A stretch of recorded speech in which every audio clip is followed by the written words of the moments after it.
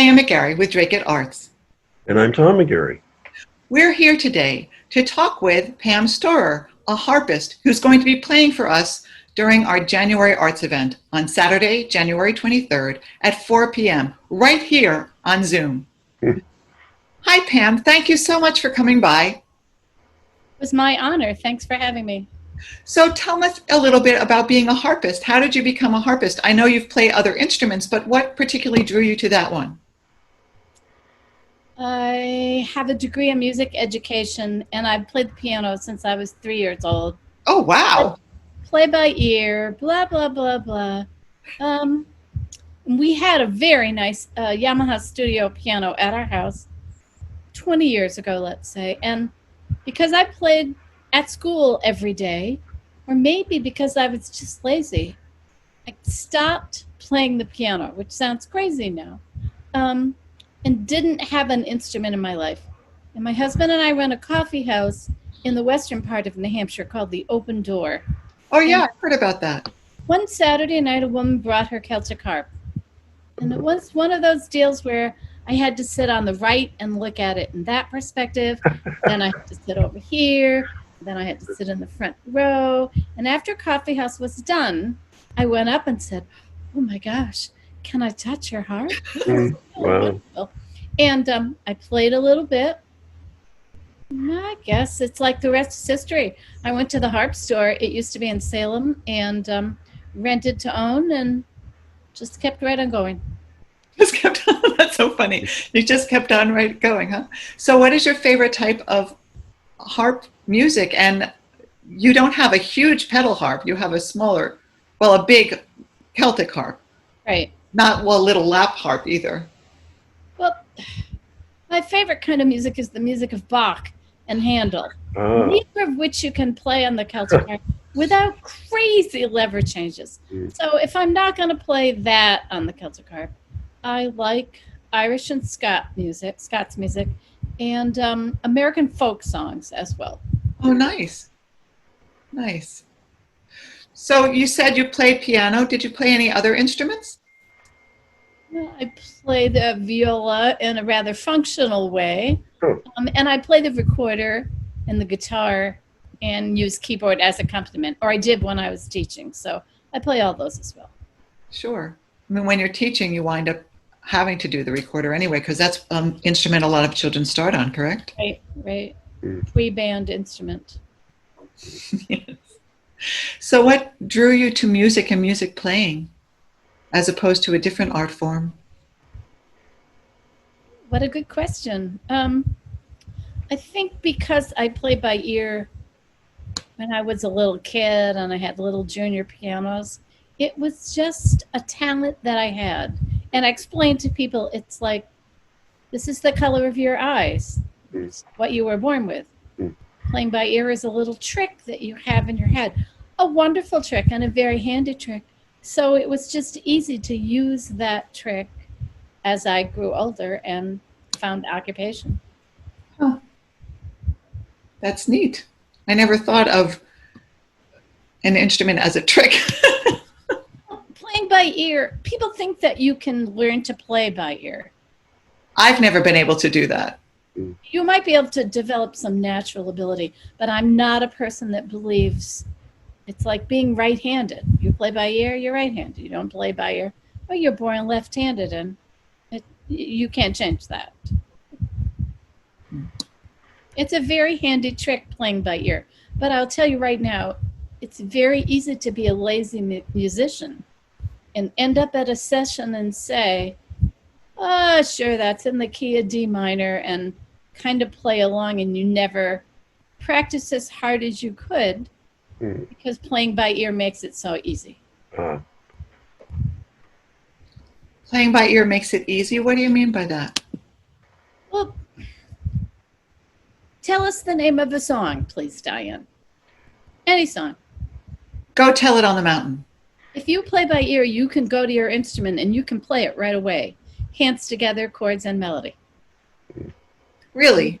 Yes. I'm sorry that I can't sing with chords. what playing by ear is. walking to an instrument and automatically knowing the right pitches and the right chords for harmony. But the way you said it, there's also some kind of limit there for playing with other people or reaching the next level of some kind of technical dimension. It's easy to be lazy and not use printed music, not learn somebody else's arrangement, not have funky chords, because you can play it automatically anyways. Who cares about somebody else's arrangement or some fancy chords? And you should care, especially if you're playing with other people. Practice is practice. So what is your music process when you go to learn a piece? And how do you pick a piece to learn? I can't say why a piece would speak to me, but let's see. I play a song from Scotland that's modern. I heard someone play it at a workshop. I was not going to be able to learn it by ear. It was tricky. I waited for the sheet music to come out, and it didn't come out. I emailed the composer and said, hey, can I buy this from you? And she sent me the arrangement that no one else in the United States had. It was very thrilling. And that it was a difficult piece for me, and I just practiced, broke it into segments. I'd like to say that I had a goal and I had a notebook, and I don't use any of those. I know other people do. Part of being a lazy musician right there as well.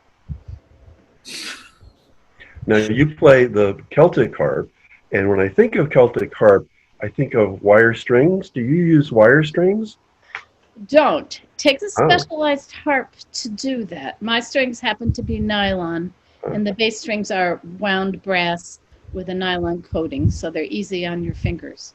I've thought about getting a small lap harp that is wire strung. Trouble there is you need longer fingernails to pluck those wire strings, and if you're playing a basic Celtic harp, you have to cut your fingernails down every week so that they don't make a buzzing noise when you pluck on the string. Oh, wow. So now unless I have press on nails, I'm at a disadvantage. I really have to choose one path and go down that path. So what made you choose the path that you chose? The lady that played at Coffee House had the harp that I thought sounded great, so I got one very similar to her. A fine way to pick. A lot of women, how will I say this? A lot of women of a certain age, I am one of those women. I meet them at farmers markets. Oh, I've always wanted to play the harp. And before the great pandemic, they sat down, they played the harp. They were transfixed by how easy it was and how beautiful it sounded. Well, when you go to harp conferences around the country, there are women that have 5, 6, 7 harps at their house. I am the odd person. I have 1 harp. And although I talk about getting another one, I don't know if I can justify the money for that. They are an expensive instrument. It's a little bit, right? Yeah. It's not as bad as getting a piano, but harps are, because actually in a piano, you talk about the harp of the piano. That's what you're actually playing, is the harp inside the instrument. Can you tell us a little bit about your harp and how it's made and put together? My harp is made by a pretty famous American company called Dusty Strings. They're out of Seattle, Washington. Boy, I think they started with hammered dulcimers and then branched out into harps. They make them there. Different kinds of wood, so you can get babinga or maple or cherry or walnut. There's a kind of wood maybe from South America. I say sapele, but I don't think that's what it really is, S-A-P-E-L-E. You can get lots of different woods. You can get inlay, so mother of pearl with beautiful Celtic designs on the front of the soundboard. You could get it even more personalization than that. And you might choose your harp because you like the resonance of the wood. You might choose the size of your harp because it's heavy and it's tough to move in and out of a medical facility or in and out of a gig. There Right. again? You do that a lot. You move around playing for people doing live therapeutic music. Uh, Yeah, being portable is very important when you're in that field of work. It's Um, very important. I think it's not bad compared to a pedal harpist. Now you have to be really careful what kind of car you drive. Think of taking a giant pedal harp up a flight of oh 15 my gosh. stairs to get in, and you're carrying an instrument that costs $35,000. This is bad for me right away. Other people are very successful. I'm not sure that I would be. Uh, yeah, as a vocalist singing as a live therapeutic musician, I just take a little wheelie cart through, and that means I have to find elevators because I don't want to carry it up and down the stairs. Right. But really, it makes it so simple, because the other thing we have to consider when we're doing that is if there's an emergency and someone comes into that room, we have to get out of the way. We just have to pull out and leave. So it's not just the versatility and the easiness of getting through the halls, it's also being able to be innocuous when Right. Or something happens. safety first, Yeah, definitely. Even though I've been in a room where they've had to call and come in, but I've continued off to the side very gently and slowly singing, and it helps everyone calm down. Of course. Doctors and the nurses and the patient. Just it's a very special gift to be able to give someone. I've played in facilities where the staff was not knowledgeable about therapeutic music, which is fine. I was once not knowledgeable about it either. And they are, here comes the harp lady, whoop-de-doo.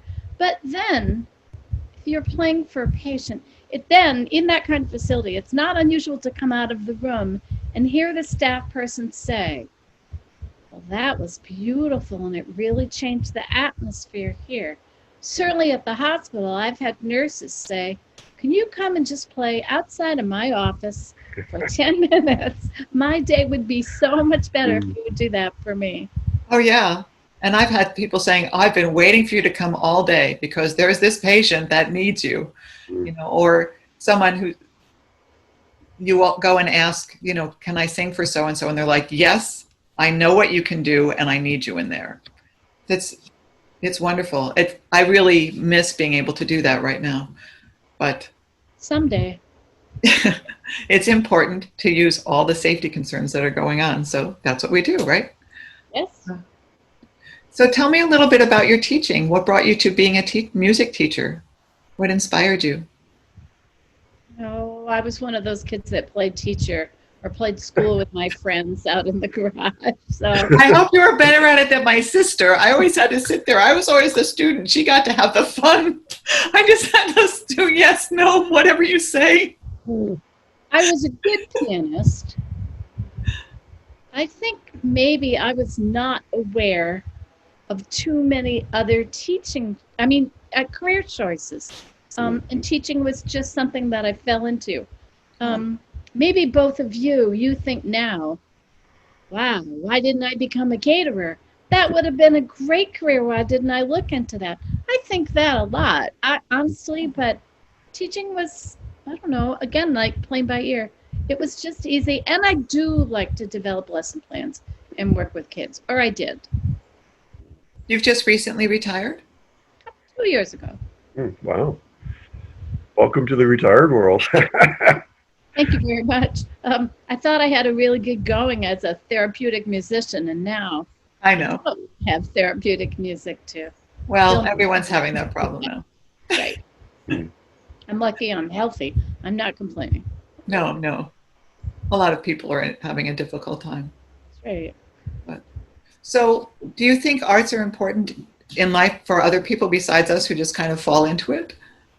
Oh, there are so many schools that have their arts department cut, not their sports department, but their arts departments. I can hardly, other people are much more well-spoken than I am, so they will tell you famous phrases about the arts do so many things for you. Of course you use math, of course you learn foreign languages, of course you learn hand-eye coordination, but as a person, when you leave school, the arts enriches your life and its expression, either through listening or singing along or playing an instrument. It's something that everybody should have in their lives.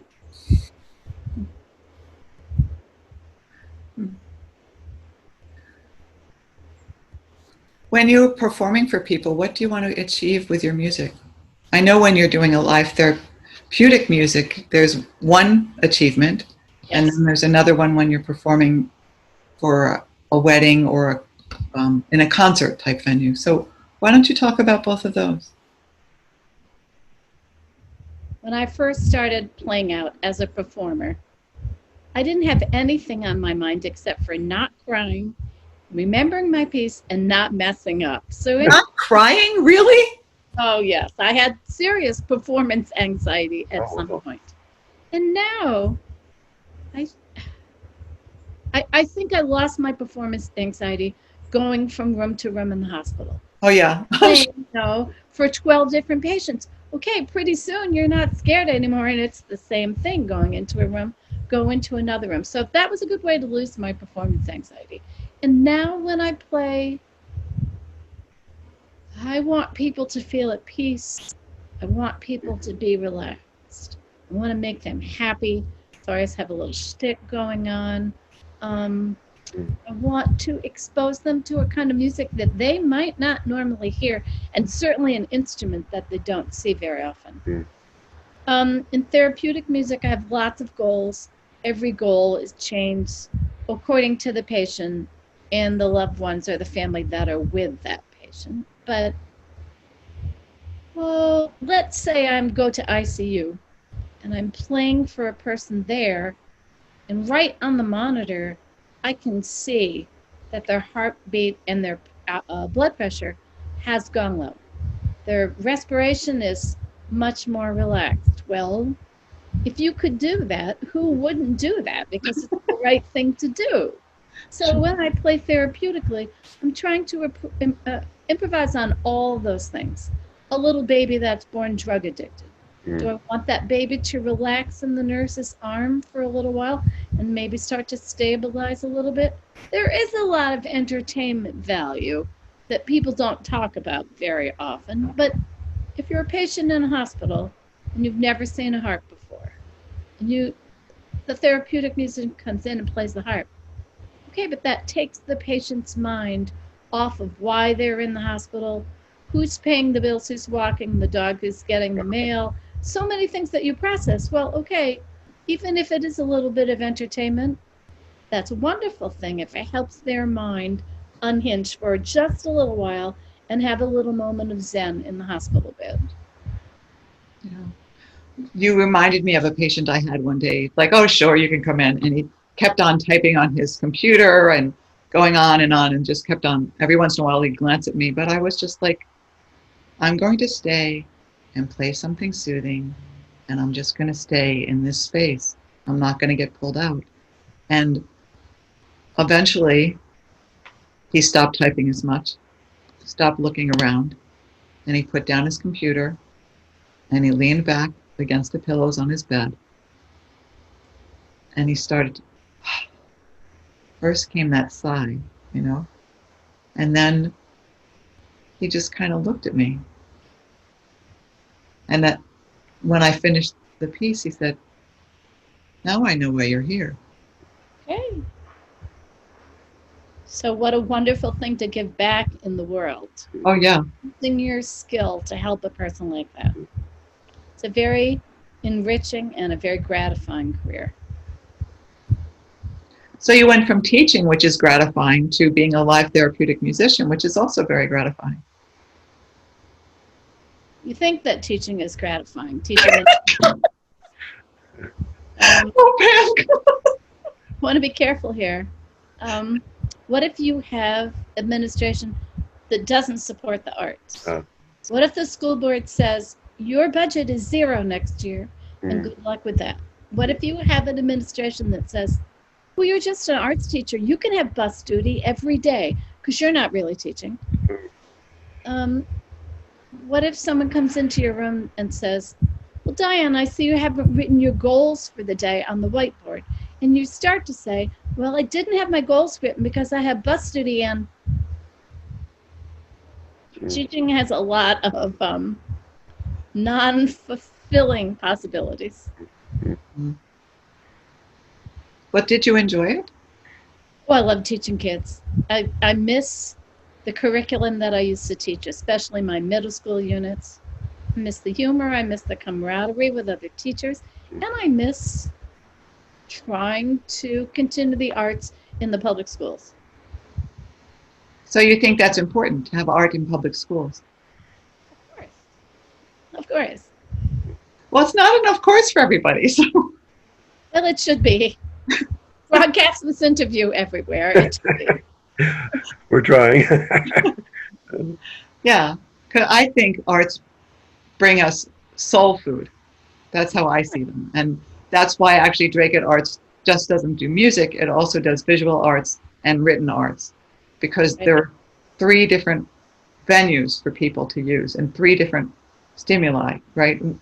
Actually, as a teacher, you know this, you teach either kinesthetically or orally or visually, and you're meeting different people's needs with each one of those different methods. That's the fun of being a teacher, is you're planning your lesson or your units, and you're incorporating everything that you just said into your lesson so you can catch every student's learning style. Oh, yeah. Well, try and catch every student's learning style. But it's important, and that it makes it more rich for everyone. Because as you give, when you give the things for the oral learner, Agreed. you're also getting the visual things. So that's supporting and improving their vision and their ability to learn that way. It's good for you as well. I mean, I'm a real visual learner. So I've expanded my own learning styles by learning to teach to other learning styles. So more kinesthetic, I don't know. Kinesthetic is very important. I remember my son and I had a poetry unit, and he was really didn't want to write a specific, it wasn't a haiku form, but it was a similar form to that. And he just did not want to do it and didn't get it. So I homeschooled. So we went out in the front yard, and I gave him a basketball, and he could shoot hoops. I would shoot hoops and make up a poem, and then he'd have to shoot the hoops and make up another poem in the right rhyming scheme and rhythm and syllables and everything, and just getting out of our heads and into our body. It worked, and it was fun, and we got it done. We started making up a whole bunch, because once you get into a pattern like that, it's very easy for them to continue to come. I think that's what makes it so easy for rappers, because once they get into it, it's fine. Like you were saying earlier about how your fingers fit on the strings. Could you talk about that a little bit here, how your fingers fit on the strings? Because I know on a piano, you have the pattern of the black and white notes, but you don't have black and white notes on a harp. Boy, I'm not sure if I can describe very accurately what goes on in my head. But because I started on the piano, I might see in my head C, D, E, F, G, A, B, C. I might see that in my head when I'm playing. I'm now kind of a hybrid in between the harp and the piano, but you're always thinking, and part of the practice of playing the harp is pre-placement. More so than on the piano, you are always thinking, because you want your music to be legato and smooth in a lot of cases, what finger am I going to use? How am I going to prepare in that phrase? Am I going to go under? Am I going to go over on the strings? There's a lot of muscle memory, but a lot of harp playing is pre-placement on the strings before you make a sound. But the strings aren't all white. No, there are red strings that are C's and blue strings that are F's. That's right. So you use those patterns, otherwise you'd be lost. Be completely lost, yeah. Can you recognize the string by feel? No. Okay. I don't use my upper octaves very often, and the strings up there are thinner and of course shorter. I don't think there's a certain section of bass strings, and you're on the bass strings because of the thickness of the string. I am not really thinking that. I'm still thinking about placement and colors when we go.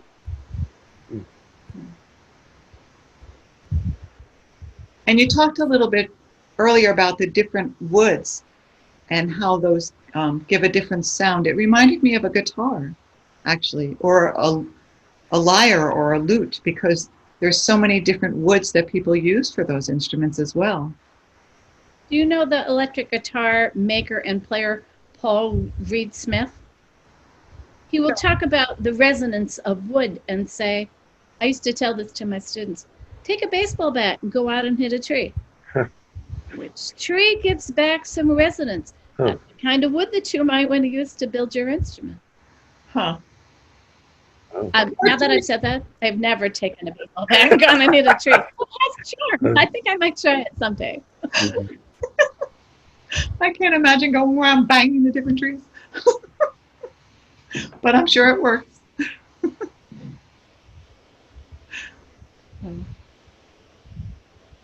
Well, are there specific types of music that you're going to be playing for us in January that we can look forward to? I will play a lot of Celtic harp music. I mean, Celtic music. One, because it's a Celtic harp, and two, I think a lot of people are particularly charmed by Celtic music. I'm not sure why. I think they would have to answer that question. I don't play much classical music. As I said before, you get in danger when you try to modulate to a new key. I can't say, now listen, Tom, we're going to modulate to A. Can you stop for a minute? I'm going to put all my C sharp and my F sharp and my G sharp levers up on the harp. And there are 5 octaves, so it takes a while. I would like to play more classical. That might mean that I should be looking at a pedal harp, but I don't think I'll do that. So I'm going to play Celtic, and then I will play some American folk music like Shenandoah, The Water is Wide, and I have a couple Beatle tunes, and Somewhere Over the Rainbow. I will probably play those in January. Oh, nice. That sounds wonderful. Thank you so much. Thank you for taking the time to talk with us today, Pam. And please, everyone, tune in on Saturday, January 23rd at 4 p.m. for a concert with Pam Stohrer. It will be available also on our website, dracutarts.com. And you can register at Meetup at the dracutartspresentsmeetup.com. Thank you so much. It's going to be great, Pam. I look so forward to seeing you again. Thank you to both of you. It was very kind of you to have me.